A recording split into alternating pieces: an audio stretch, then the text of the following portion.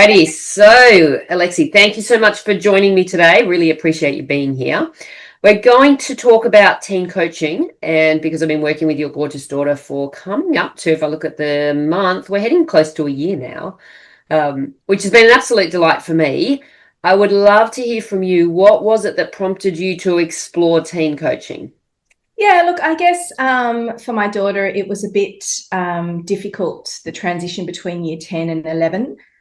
She's highly intelligent, but struggles a little bit with motivation and organizing herself in that way. The issue is that she's really quite smart and she can pick up things quickly, but it's taking it to that next level and reinforcing information. And I think when they're that age, they stop listening to their parents, basically. I mean, they do. That's just the reality. And so they go off on their own tangent and you sort of feel like you're losing them a little bit. And what I needed was someone who could bridge that gap, so that we could feel confident and comfortable that she was still communicating with someone, because she'd almost turned off the tap of communication completely. Yeah, thank you. And it's interesting what you say about they don't talk to their own parents or listen necessarily to their own parents, because my own three teenagers are exactly the same. Exactly. And you think you're armed and you're ready, and you've brought up this small person since they were a baby, and you think you know them, but things can be really volatile when they're teenage girls, if we Yeah, remember correctly, when we were girls as well. yeah. And all of that, you think you know them, and all the books you read, whatever it is, it's completely useless. They are their own person, their own being. And sometimes they just need someone else to talk to, and they just need someone else to communicate with that understands what a teenage girl is going through. Mm. And I reached out because I had put a post up on Facebook for North Shore Mums. Mm. And I sort of said, look, I'm really struggling. I did it anonymously. I said, I'm really struggling with connecting with my daughter and feeling as though I'm supporting her and I'm just being pushed away. I'm looking for someone who can bridge that gap. And I didn't even know what that looked like at the time. So you came recommended from someone who had used your services as part of a boot camp. Mm. And that really appealed to me, because it was like they said they wanted you to come back again and again. And so I thought, well, that's great. That means that the kid's connected.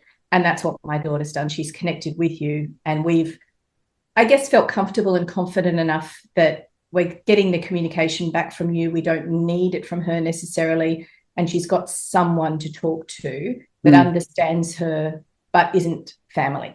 Yeah. Social media. Yeah. Social media was massive. Yeah. It was a huge problem. And, I'm the first to say that I'm a big proponent of not allowing them to have particularly reels. And for her, it wasn't necessarily that she was diving down the rabbit hole of eating disorders or anything of that typical thing that you expect teenage girls to suffer from. I think it was the pressure that social media places on them for the pursuit of perfection. So I think for us, social media was a huge problem, because it's very difficult to take anything off a 16-year-old. And what we found is that trying to take that off her when she clearly had an addiction actually made our relationship worse. Yeah. And we didn't want to make it worse. We were really teetering on the edge of trying to maintain any sort of a relationship with her and not make her more distant. And Mm. that's where we felt we were losing her. So huge problem with social media. Yeah.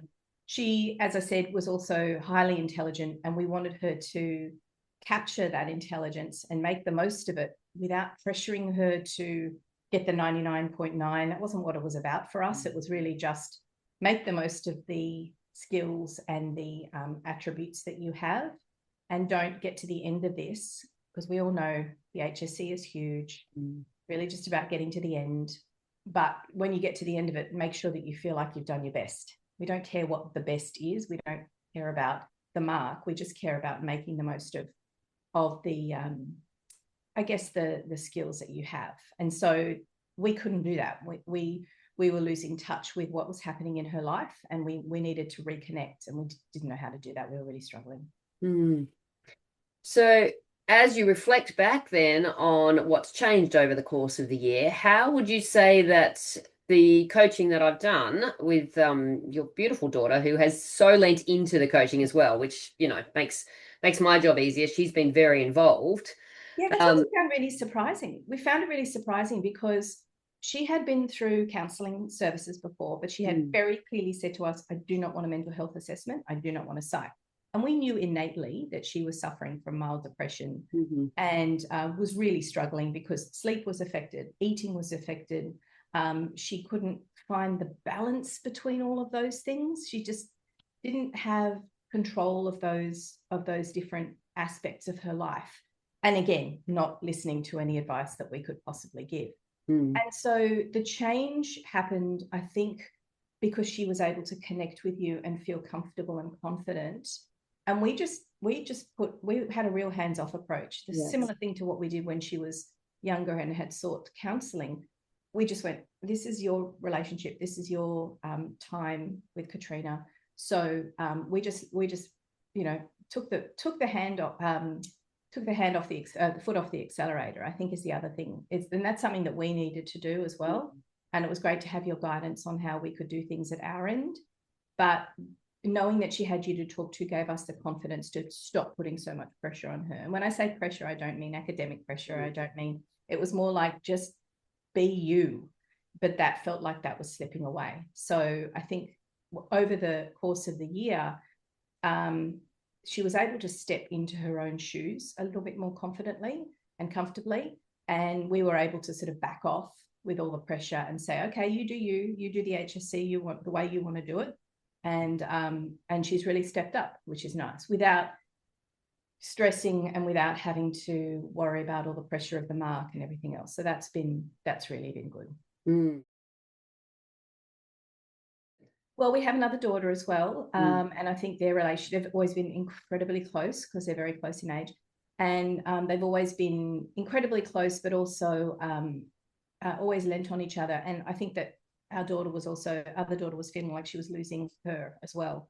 So we all felt like she was sort of disappearing from us. And the fear was that when she'd get to the end of the HSC, she'd just vamoose and that would be it. We wouldn't have a relationship after that. So that fear is gone. And I guess she has, and we can see her making a real effort to communicate and to bridge that gap, and also to, like what you do when you're an adult, you check yourself. You know, you don't fly into, people fly into rages, people fly into emotional roller coasters. And I think that there's been a moment where she sort of takes a moment, goes, hang on a sec, maybe that's not the way that I want to approach this. And you can see her mind working differently. And I think all those strategies that you've given her has made her stop and think before flying into whatever it is. And that's not to say that, like a typical teenager, they're going to still be learning how to temper those different emotions. But now she has the confidence, the strategies and the skills to take a moment, take a beat, and to really just, check that's the best way forward. And that we've been the benefactors of that, but at the same time, we have to put in the work to make sure that we are also not flying off the handle as well. So it's been work on both sides, but that's what we've appreciated, is that you've given her the skills, but also us the strategies to meet her halfway. And that's something that we've been using a lot lately in the house, is not only for her, but for our other daughter as well, and each other. Let's meet halfway. Let's say, okay, well, if she's going to make an effort, we need to make an effort as well. That I didn't have to be involved. And that was something that I really wanted her to have ownership of.